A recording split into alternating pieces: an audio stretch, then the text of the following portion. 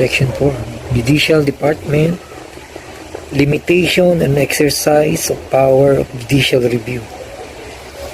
Tingnan nyo sa number 4. Political questions are generally addressed to the political. Example given, elective branches, namely the President and Congress of the government, and are therefore not justiciable. Ayan, maliwanag yan, no?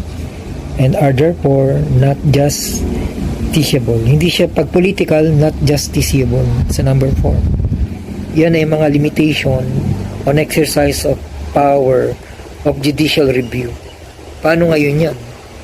Nakasulat ito sa libro ng 1987